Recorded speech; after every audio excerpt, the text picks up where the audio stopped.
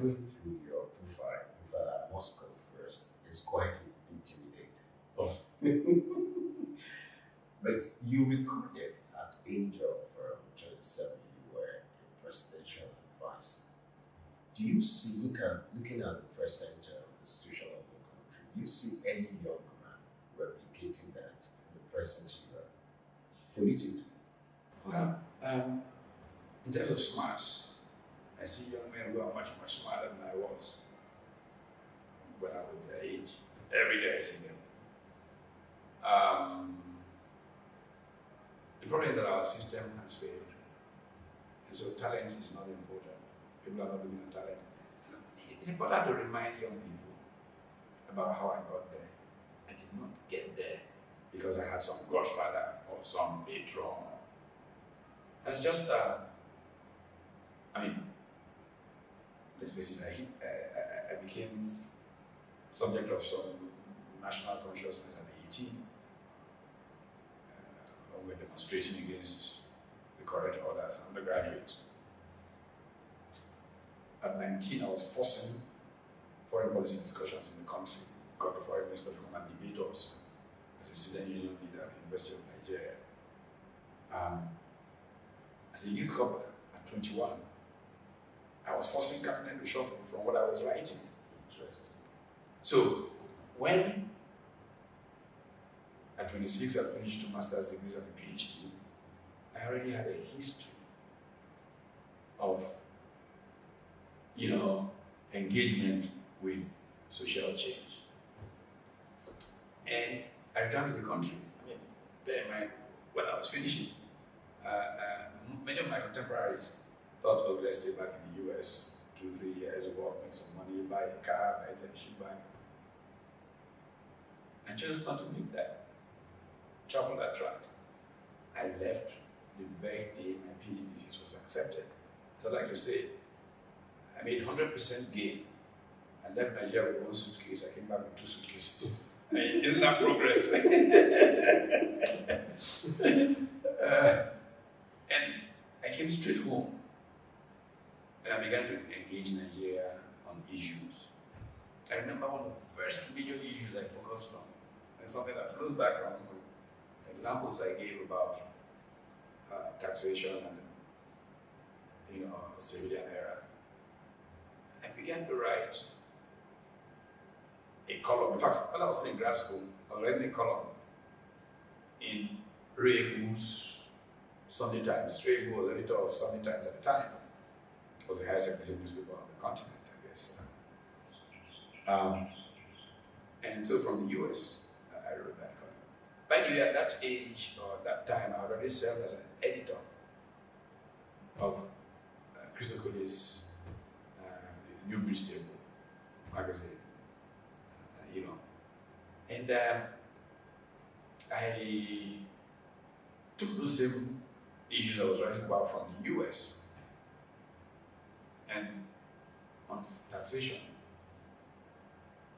I went at the point that the fact that we are not collecting taxes from Nigerian people and depending just on oil for running the economy was making government not to account to people, be held accountable, and that we must find a way of saving revenues from oil and taxing people to provide services in a way that people can hold government accountable. But Vice President at the time had done a couple of these things and expressed some interest in engaging me in a conversation. But that happened, and I was given an assignment by the Vice President on some policy stuff. I did it, and I didn't think much of it. And one quiet Saturday evening, I was invited to visit him at home, very casually, as if he was just talking about some of the ideas I was expressing. He said, oh, by the way, yesterday President Shagari approved for you to be this professor of delivery. Excuse me. Okay. That's how I got to government. That's not likely to happen today. That's what the problem is. Why do you think that never likely happened? intellect and merit have been denigrated by the current Nigerian political order. If you look at their laws, if you look at the Sudanese, the people around there are the smartest people around. Today, politicians are surrounded by pimps. And so, they talk down at the internet. In fact, if you are smart, they avoid you. China went through, in a different kind of way, a patch like this during the Cultural Revolution. The Gang of Four and all of those. Mao Zedong, powerful, presided over China. But their GDP per person was half of that of Nigeria. And Deng Xiaoping rose after his death.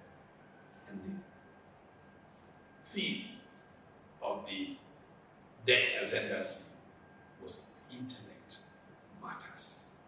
It is people of knowledge who will get our country where it is going. Our party must focus on speech made in December of 1978 at the party congress, emphasize the importance of people of knowledge, of merit, and all of those things. 30 years later, China's GDP was 30 times that of Nigeria.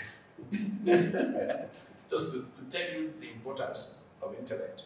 But the current Nigerian political class denigrates fierce, smart people, fierce intellect. That's why those smart young people are not near power. Unless those who will help them insult other people on social media, they bring around for that purpose. Anybody who's really smart running Nigeria should have a cabinet of people in their 40s and 30s. As I am now, I'm too old to serve in a cabinet. I will not accept a cabinet position, very honestly. So, what we need is a reorientation of the political class. They don't have all the awareness, and the Shagari is hard. For all the insults they give Shagari, can see it's been downhill since he compared his leaders to Shagari. He was way up there, you know. So let's talk about the Rescue Nigeria project, which you recently co-founded with Professor Ojeka, Professor Adeyiro, among others. Some Nigerians are wondering, Professor Utomi is rich, is made, is he rich? is fulfilled. So what's he looking for this time around? Why are you getting involved in the Rescue Nigeria project? You see, you have made exactly the point of the problem with Nigeria. Assuming that you are correct, assuming, because that's full assumption. Politics should be an opportunity to sacrificially give of yourself so that your children can have a better future. It's not people who have nothing to lose that should enter politics, it's people who have everything to lose. Unfortunately, what has happened now is that it's arena of hustlers. And anybody hustles, has really no knowledge of what should be done, and goes there to scramble over how much they can get to their bank account, and the country is dying and dying. But to put properly in context these things, you know, I've asked myself several times, what's the right thing to do? I told you that when I was coming back to Nigeria in 1982, I said, anything I criticize, I must do something to make a difference to. I looked at education and I said, education is the heart of how societies are built and is failing in Nigeria. I threw myself into the education arena. The founder of primary school, of secondary school, or being part of the team that built universities. I've served on the governing council of at least 6 universities in Nigeria. A couple of them as pro-chancellor of universities. Probably no other person that has served that, as many university governing councils in the country, private sector, state, on all of these.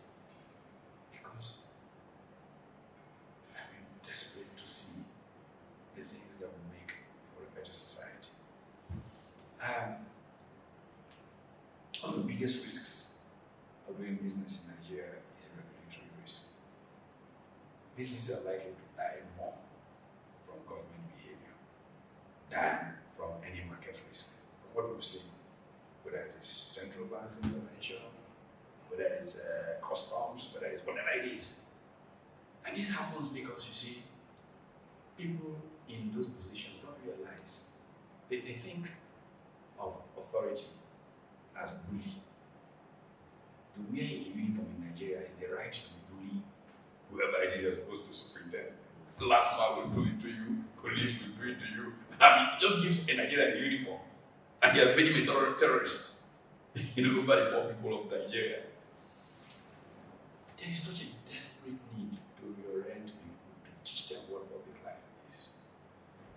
And in agonizing over this, I've always been between what's convenient for me personally. I don't want power. I don't need it for, just the disturbance of my life. But I recognize that unless people are willing to make themselves uncomfortable so that tomorrow will be better, that tomorrow will be a miserable one for those who have and those who don't have. That's where we are today in Nigeria. You see, many of the people don't realize, because out of limited knowledge, let me put it that way, we take positions that we think advance our interest. It turns out we're doing our own selves more damage. I mean, look at the fixation with revenues in Nigeria. And so we're fighting and worrying about revenue allocation. Check. The more people are receiving revenues, the poorer they become. The only thing that makes for wealth is production, not revenues.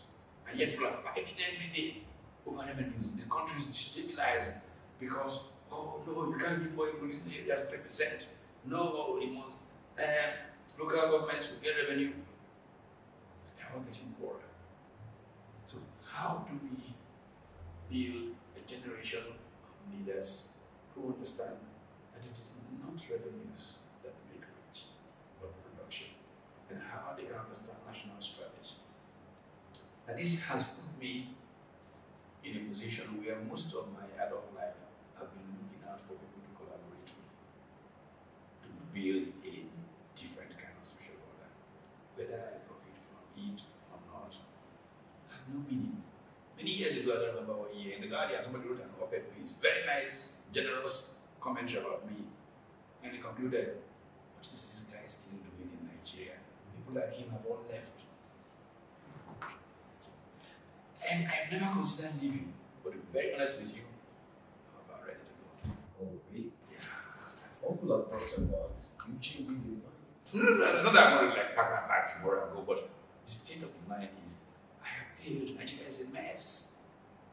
What have I achieved in 40 years of the sacrifice? Well, you just came up with Rescue Nigeria. No, I'm being, I'm trying to say that I am feeling such a low from all the effort I've made that one more try is like, okay, I mean, I'm not likely to move. I used to tease the privilege of having Noni Chimma Achebe when he moved abroad. And I would call him by his title, Bunama. And I was saying, look, this place where you are, do you know that if the ancestors should call you and then they send people to bring you, they might not know the road to give you where you are living. It might confuse them. You go over 7 hills and 7 to take you to where the ancestors are, and they will laugh. But here I am, beginning to get into the departure lounge myself and wondering, what have I struggled for? And so, but you say, okay, let's see one more try if we can save this country.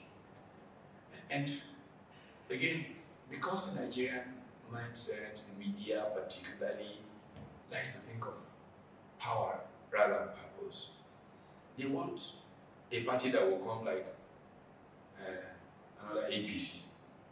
People with money and power all get together and then overthrow the ones that are there and then take over. What has this APC done for Nigeria? It's been a disaster. I was one of those. I was the ideologue at the foundation of APC. If our history had it that the manifesto Was written in this house. was written. Well, if you go to the living room there, that's where the vice president and myself and co were sitting every other evening for nearly 3 months. But what actually went wrong with that alliance? At the point, you know, I think it's state capture. I mean, those who captured the thing immediately said, almost block some people whose ideas are about the people. This is our power. And I just said, God has given you Kuteko. I just went back. I think of every government since I was 18 years old. None has blocked my idea like the one that I helped found. But where are they going to be a few years from now? This is a transient, and history will mock them. You know, it will mock them. It could have been pulling people together from everywhere with ideas on how we can make progress. But, you know, they would get power, hold power. And purpose was lost. Nigeria is lost for it. do you see the Rescue Nigeria initiative or movement, which is like it's about the third first, making any difference? You're not familiar with that. Political alliance in Nigeria, most of the political alliances end up in political debates.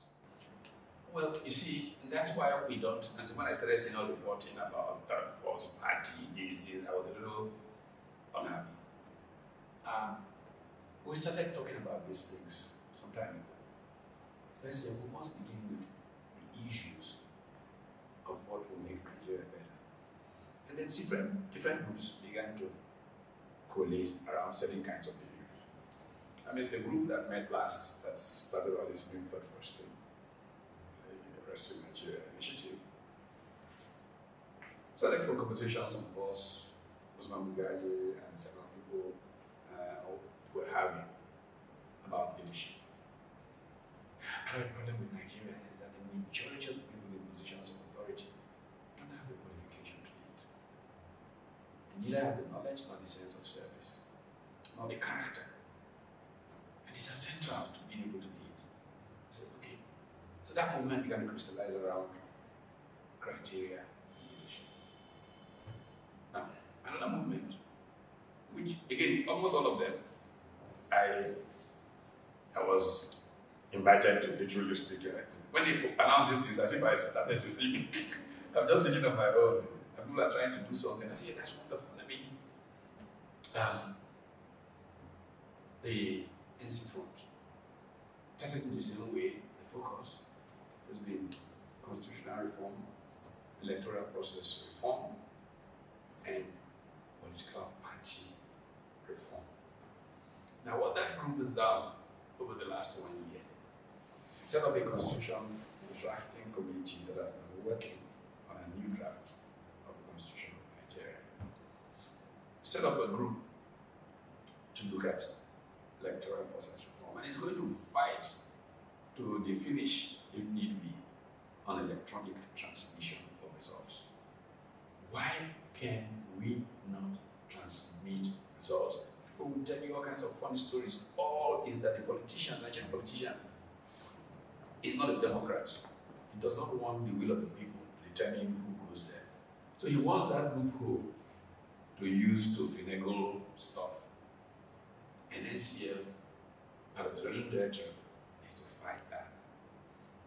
Then, political parties, it all starts and falls with the structure of political parties. What we have seen is that we don't have political parties. What we have are essentially special purpose vehicles for a few guys who have stolen government money to use to facilitate a machine that can grab power. So are we expecting a political party soon from your group? Yes, that's what I'm trying to explain. So NCF is doing that. There's another group who I should mention now because they have not chosen to step up. It has been made of many economic type guys, business leaders, former MDs of companies, focusing on economic reform, national economic strategy. My view would be that there should be an effort to piggyback on something going on in NCF, which is trying to bring 3-4 major political parties outside of to be the crucible from which they are all invited, and even the good people in PDP and good people in APC can come in. Some reform should take place inside the APC.